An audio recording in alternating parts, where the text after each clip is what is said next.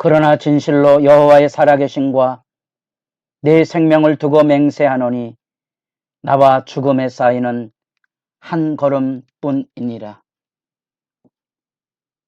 거룩한 새벽의 기도자 여러분, 주님의 말씀을 짚어가며 기도하는 삶의 자리 안에 세상을 이길 지혜와 능력이 부은 바가 되기를 소망합니다.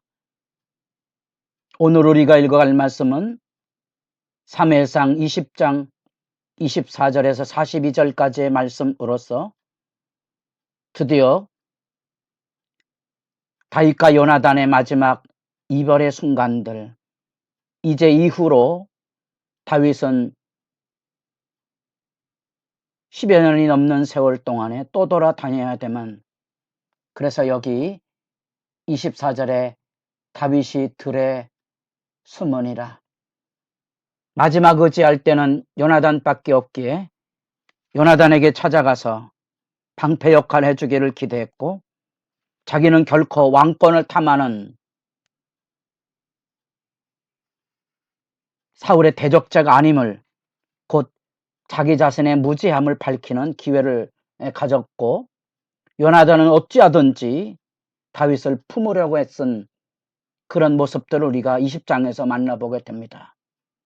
그래서 다윗의 고백 그대로 생명과 죽음의 한 걸음 차이에 있는 백척 간도에 서 있는 자기의 실제 삶의 아픔을 토로했을 때 요나단이 보다 더 구체적으로 아버지 사울의 속내를 알기 위해서 약정을 맺고 서로 간에 사인을 주고받는 그런 장면들을 어제 살펴보았고, 다윗이 서 있는 자리가 들입니다.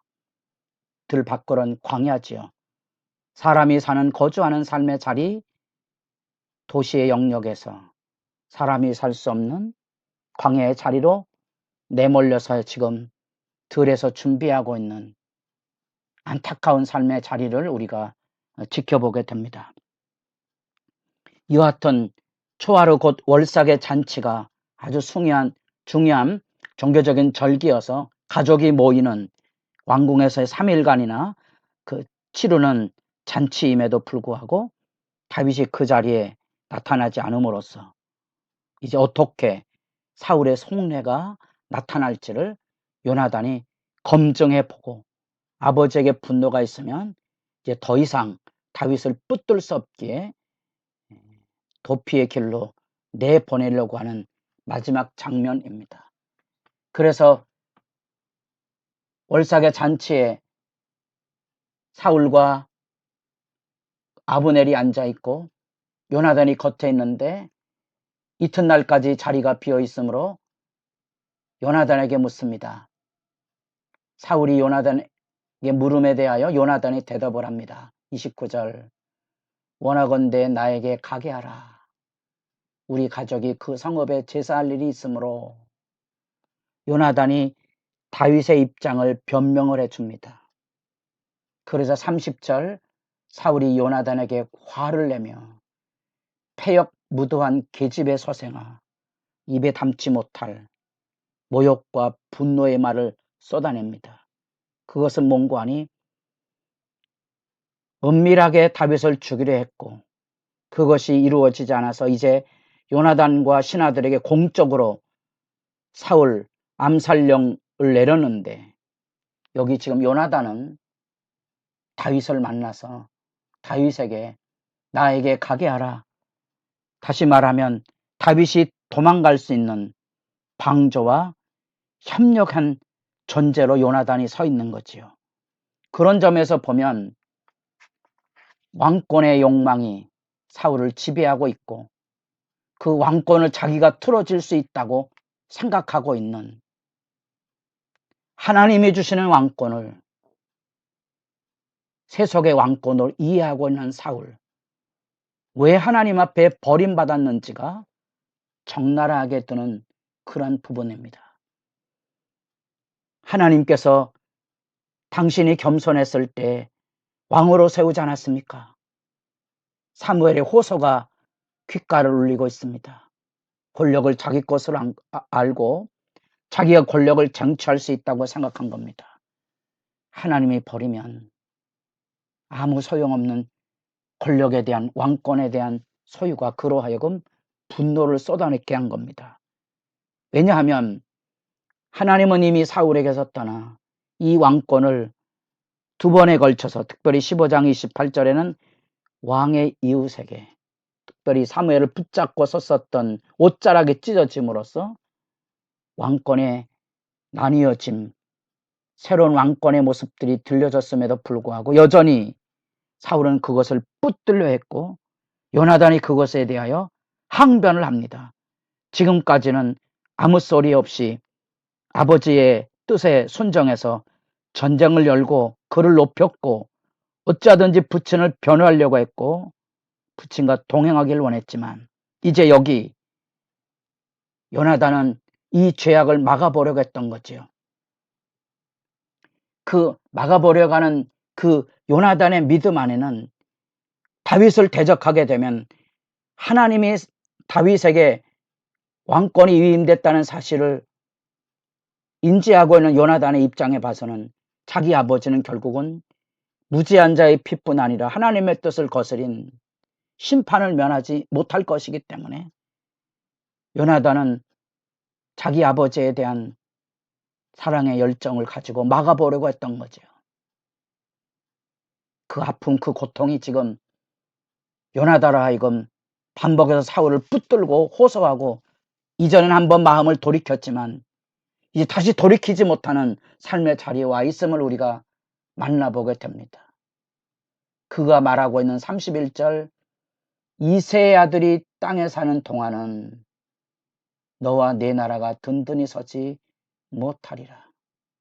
그런즉 이제 사람을 보내어 그를 내게로 끌어오라. 그는 죽어야 할 자니라. 이새의 아들은 사망의 아들이다. 이렇게 말하고 있는 거거든요. 왜? 너와 내 나라. 사울은 지금 자기의 나라뿐 아니라 왕권이 요나단에게 이어지는 세상의 왕권을 고집하고 그것을 생각하고 있는데 그 아버지 마음을 알아주지 못하는 이 요나단의 어리석음이 분노를 쏟아놓게 한 거고 요나단의 입장에 봐서는 그렇게 세상의 왕권이 이루어지는 그것에 하나님의 백성은 하나님의 왕권이 세워진다고 생각했기 때문에 자기 왕권을 고집하지 않은 것으로 인하여 이제 둘 사이에 더 이상 건너갈 수 없는 그런 자리가 열려지게 된 거죠. 그래서 33절에 사울은 이제 요나단에게 단창을 던져서 죽이려 했던 거지요. 그것은 단순히 요나단을 죽이려 했던 것보다는 겁을 주려고 했던 거겠지요.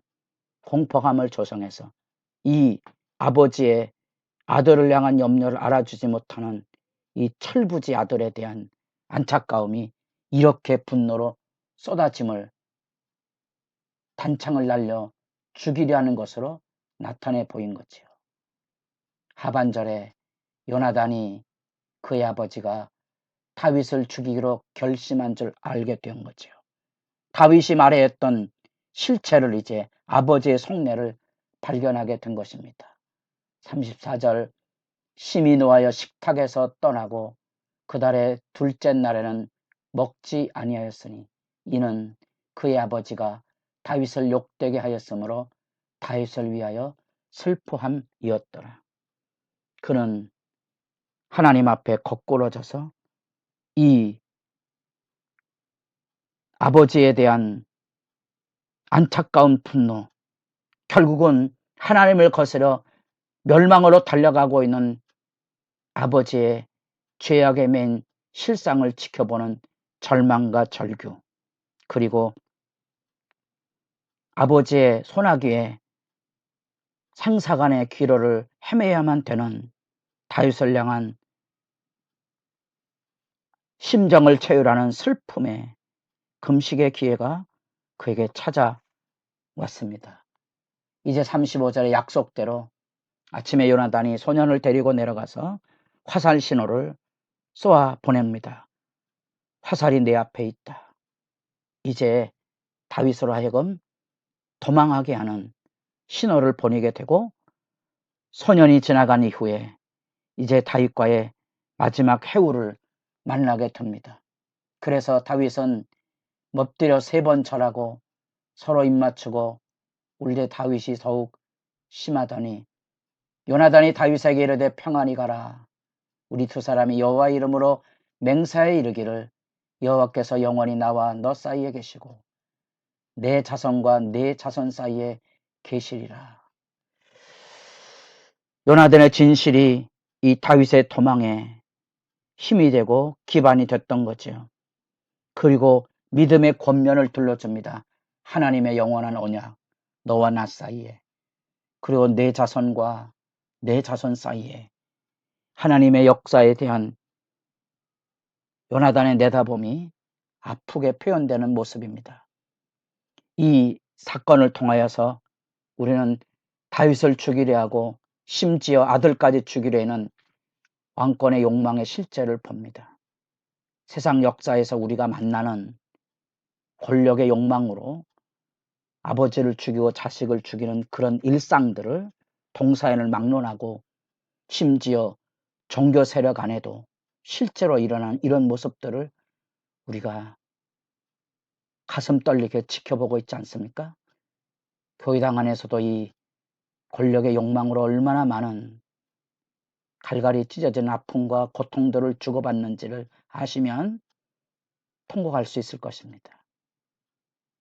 이 지금 사무엘 상하로 이어지는 이 다윗의 왕권은 세상 나라와 하나님의 나라의 대조인데 세상 나라에 집착하고 있는 사울의 슬픈 모습 앞에 하나님의 말씀을 거스리는, 그래서 분노와 증오, 죽음의 망령으로 뒤틀려가는 관계망을 우리가 지켜보게 됩니다.